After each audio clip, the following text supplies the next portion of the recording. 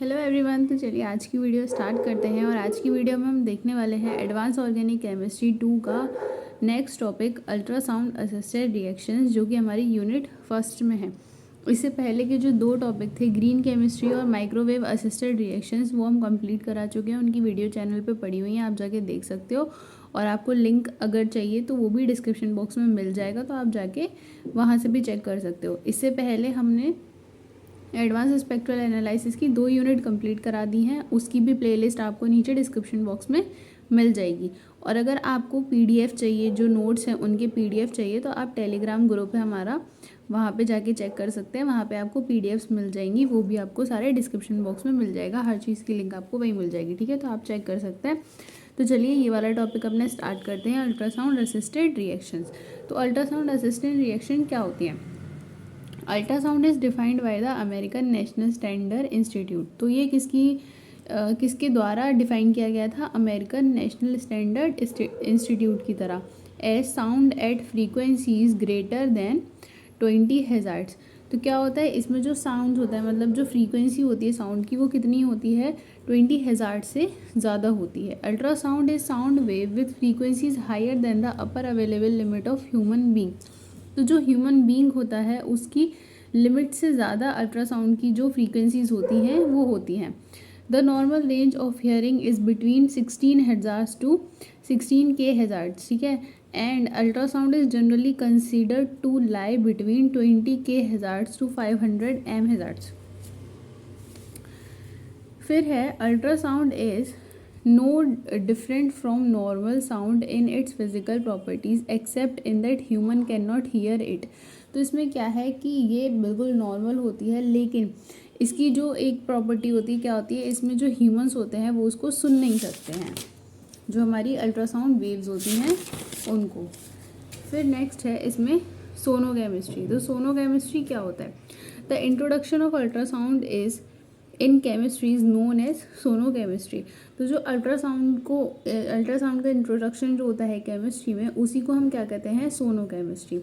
सोनोकेमिस्ट्री is a branch of chemistry dealing with the chemical effects and application of ultrasonic waves. तो sonochemistry क्या होती है? एक ऐसी ब्रांच होती है जो कि केमिस्ट्री में डील करती है chemical effects and application of ultrasonic wave से।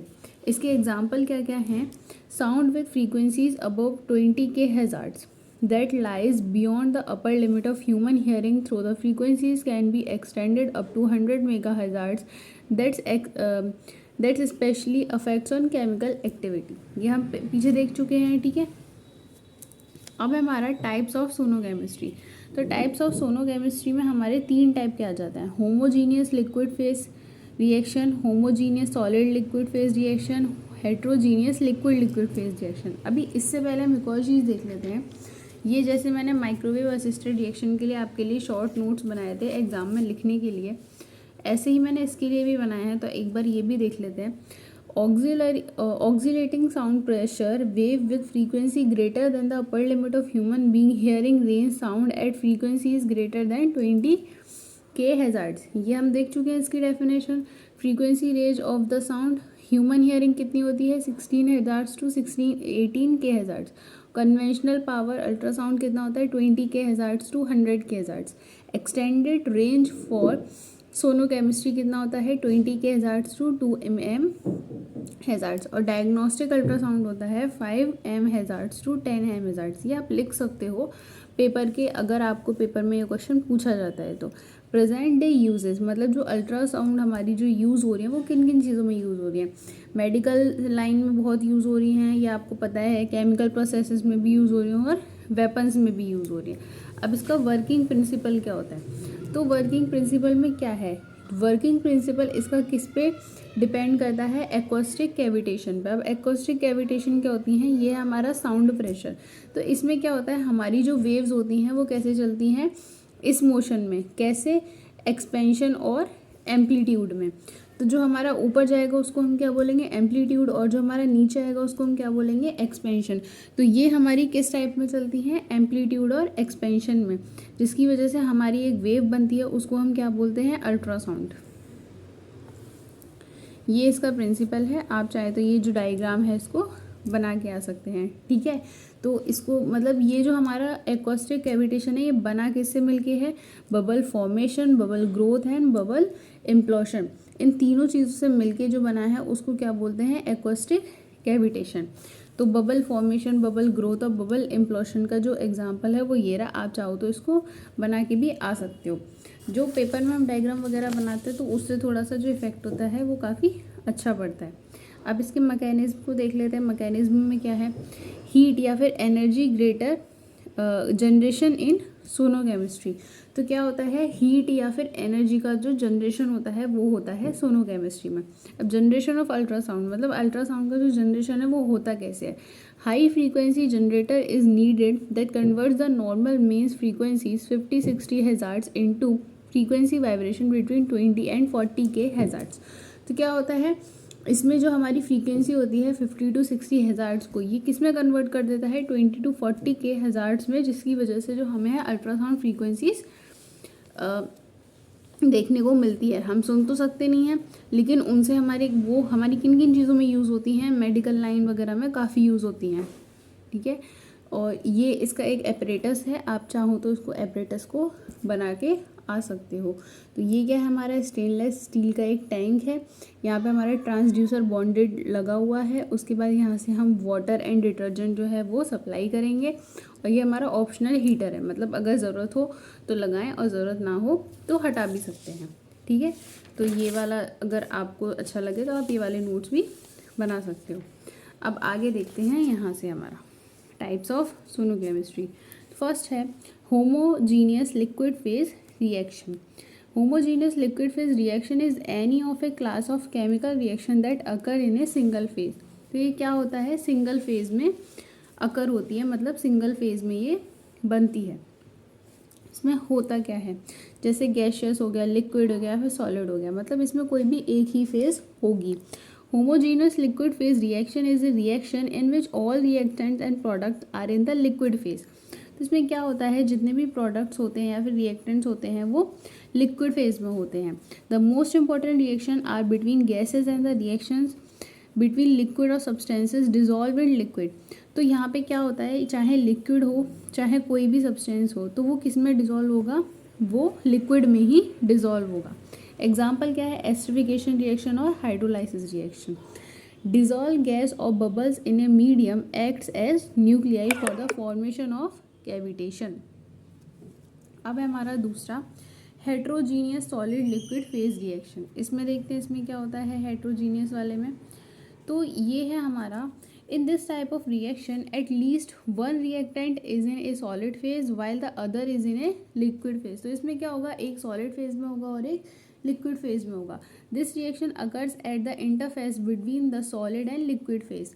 तो ये जो रिएक्शन होती है वो हमारी किस में अकर होती है, सॉलिड और लिक्विड फेज में होती है। इसमें कितने टाइप्स होते हैं, दो टाइप्स की होती है, टाइप 1 एंड टाइप 2। टाइप 1 में क्या होता है, solid serves as one of the reagents and is consumed during reaction.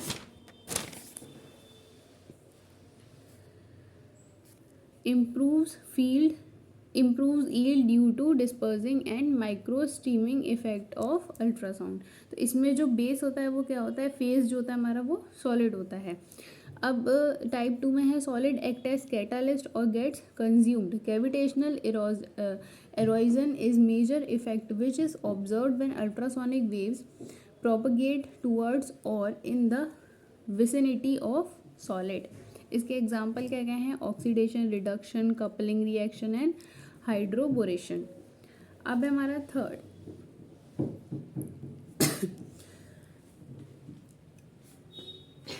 Heterogeneous liquid phase reaction.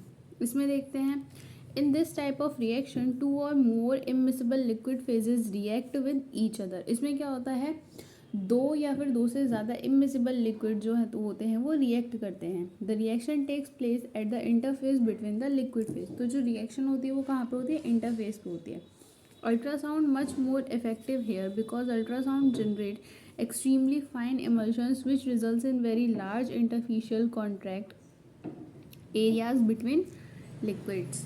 Results are increase in reactivity between species dissolved in separate liquids, hence reacts much faster than conventional phase transfer condition. इसके example क्या क्या हैं, esterification है, saponification है, hydrolysis है और substitution reactions हैं। Synthetic applications देख लेते हैं हमारे। एस्टरिफिकेशन हो गया, सपोनिफिकेशन हो गया, हाइड्रोलाइसिस हो गया, सब्स्टिट्यूशन रिएक्शन हो गया, फ्रेडल क्राफ्ट एसाइलेशन हो गया और ऑक्सीडेशन हो गया। तो इनके ये जो एग्जांपल हैं वो हमारे ये रहे, ठीक है। ये एग्जांपल, इन एग्जांपल्स में से आपको एटलीस्ट 2 एग्जांपल तो बना के आने ही आने। अगर आपको 2 याद नहीं होते तो एक तो आप अच्छे से कर ही लें। ये हो गया हमारा एस्टरिफिकेशन, आप इनके स्क्रीनशॉट ले लें, ठीक है। ये रहा हमारा सपोनिफिकेशन, इनको चाहे तो आप स्क्रीनशॉट्स ले लें, नहीं तो आपको पीडीएफ जो है वो टेलीग्राम ग्रुप पे मिल जाएगा। सपोनिफिकेशन, फिर है हमारा हाइड्रोलाइसिस, ठीक है। हाइड्रोलाइसिस के बाद है सब्स्टिट्यूशन रिएक्शन, फिर है हमारा फ्रेडल क्राफ्ट एसाइलेशन, इसकी रिएक्शन ये रही, और उसके बाद है हमारा ऑक्सीडेशन, ठीक है। फिर देखते हैं इसके एडवांटेजेस। एडवांटेजेस में क्या क्या आएगा हमारा, टाइम कंज्यूमिंग होता है, ठीक है। Increase yields and average particle size, फिर एनर्जी एफिशिएंट होता है, सेव 92% ऑफ द एनर्जी। उसके बाद है it enhance properties were observed in the field of kinetics, selectivity, extraction, dissolution, filtration and crystallinity. तो इसमें क्या होता है, ये प्रॉपर्टीज़ जो होती हैं जैसे एक्सट्रैक्शन हो गया, फिल्ट्रेशन हो गया, या जो भी हो गया उसको क्या कर देती हैं, इन्हांस कर देती हैं। कौन सी, हमारी अल्ट्रासोनिफिकेशन रिएक्शंस। तो ये टॉपिक जो है वो आपका कंप्लीट हो गया है। इस टॉपिक को आप करें। इसके बाद जो है हमारा नेक्स्ट टॉपिक हम देखेंगे कंटिन्यूस फ्लो रिएक्टर। इससे पहले ये जो आपका है कंप्लीट हो चुका है, माइक्रोवेव वाला भी कंप्लीट हो गया है, तो आप इसको अच्छे से करें। इसके नोट्स आपको टेलीग्राम पे मिल जाएंगे और इससे पहले के जो सारे हैं वो भी आपको मिल जाएंगे। तो अगर वीडियो अच्छा लगा हो तो वीडियो को लाइक करें, शेयर करें और वीडियो को पूरा देखें। Thank you.